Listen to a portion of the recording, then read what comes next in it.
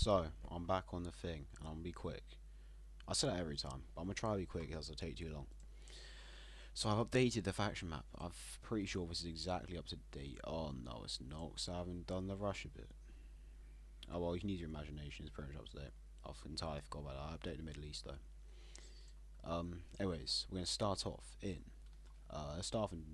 I said, yeah, I'm gonna start off in Africa and move around a little bit. So I said they would organise a peace here, and they did. The West Africa is reformed, apart from Gambia and Guinea-Bissau. But yeah, okay. That's that for Africa for now. Well, not this episode, but for now. Moving over to the PRC and Manchuria.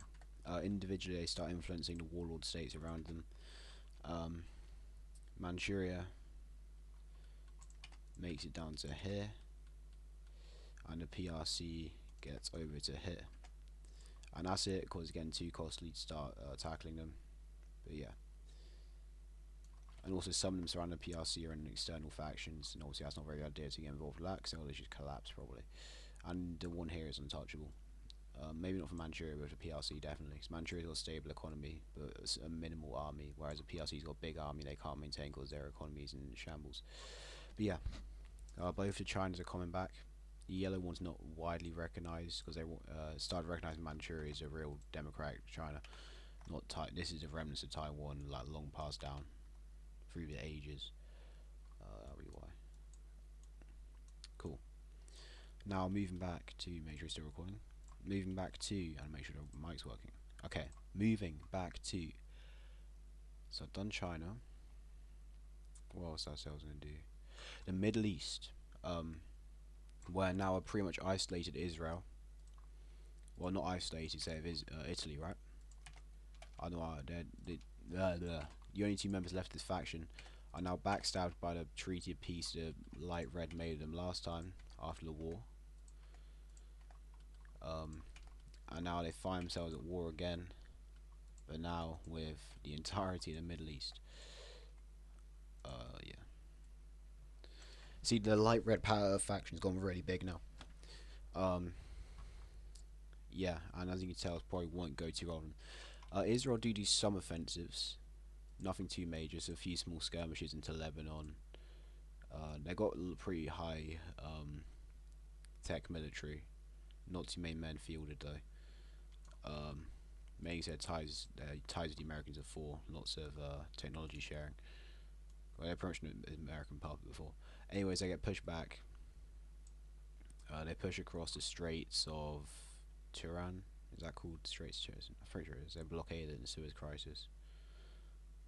As in Egypt did, not Israel, nor have they. Anyways, yeah, they cut off Sinai, which at this point is now occupied by Egypt. Is that forbidden by national law? Well, it depends what definition of Africa is. I'm pretty sure that's in the Middle East, geographically. I mean, culturally, Egypt's in the Middle East, I'm pretty sure. I mean, the Middle East is just a human definition anyway, it's not like a continent. Well, then continent is a human definition as well. Well, not the plates, but the Europe, Asia, you know, it's different, recognised by different people. Yeah, I'm just yapping. Anyways, yes, Sinai is seized by Egypt, and Israel's army gets mainly lost in this and they're sent back. And at this point, the Gaza area falls, and then so does Israel with it. At this point, they can't peace out Italy, so they just kind of accept the white peace in no terms, apart from the fact to leave Israel behind.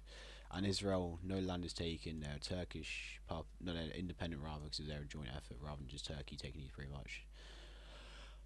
And it's rebranded to under the mandate of Palestine, I guess, and they deport the Jews to somewhere else. I'm probably still touching on that now because I might get shot. I don't support either side. Just saying that now. I'm a very neutral little man. Well, I do actually support one side, but that's not important. But I think it's been pretty fair because they both existed and one existed, now the other exists, so it's kind of equilibrium. Anyways, in a vacuum of power, Italy being left alone, like the last true democratic nation in Europe. Obviously, Israel communist. Germany's factions entirely like fake military dictatorships. Anyway, so the red sweep in to tackle Italy and get a loyal Italy on their side. The Germany on obviously on my you know like your blood vessels just start pulsating for no reason. That's just happened to my leg. It's driving me insane. Well, the Grey faction joined in, so did these. They're pretty much German puppets, and they're highlighting them because they're not going to do much anyways. I was highlight on. It's fine. All right. This for the Alps hold for the most part, 'cause of fortifications, but the Red Navy is very strong. And it managed to sweep through Sardinia, land in Sicily, cut Palermo off, and push up to the Straits of Messina. So Italy was losing lots of I don't know why I was saying losing lots of land, but obvious, isn't it? Anyways, they managed to break Genoa with sheer force. They lost loads of men doing it, but this is distracts the Italians enough to sweep down and push up. At this point, Germany occupy this, and they sweep down, but they get held off by the mountain line.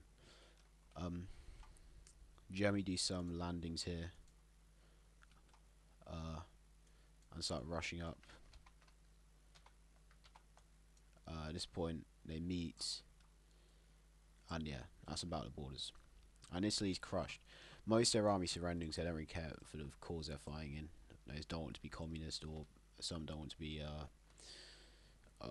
authoritarian. Anyways, the partition is as such.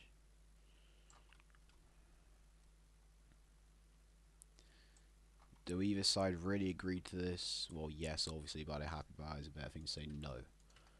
Both sides are not happy about it, obviously. But, oh well. Them's the breaks, I suppose. Just another day in office, man. And there you go, there's Italy gone. This partition is probably to fall apart in a matter of weeks. But we'll see that. Or not weeks, like a year or two. Cool.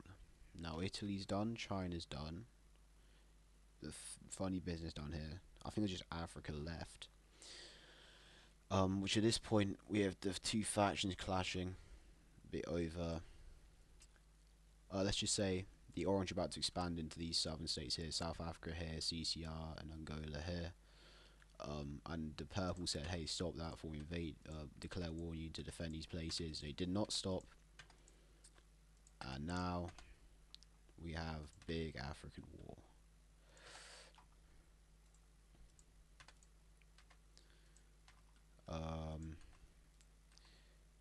And these guys will join.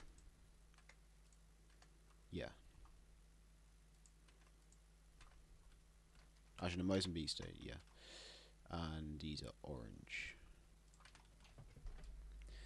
So there we go, big fighting.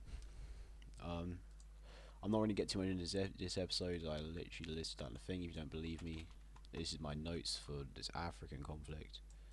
Yes, I've got slowly gotten less detailed over the episodes, over the 2 months it's almost taken. Alright, well, there's the war started. We're at 8 minutes here. I'll do a little bit.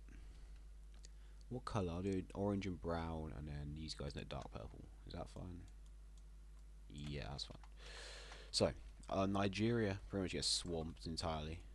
They have a strong army, but like, they fall back to Lagos, which is where like 80,000% of the population, I don't know what's 80% of the population lives probably, at least. Yeah. And I do manage to hold off quite a lot here. Small offensive is launched. Well, small offensive. That's a small offensive, isn't it? That's too small. Okay, a mild offensive is launched into Cameroon to try to liberate some of Nigeria, which goes okay. As you can see, train's not the easiest. South Sudan just gets pressured immediately, and they manage to link the fronts and occupy it. In the south here, of course, over the coming weeks, this all fell with no outside support from their allies. And yeah, it's about as much I'm going to do for now. Goodbye, everyone.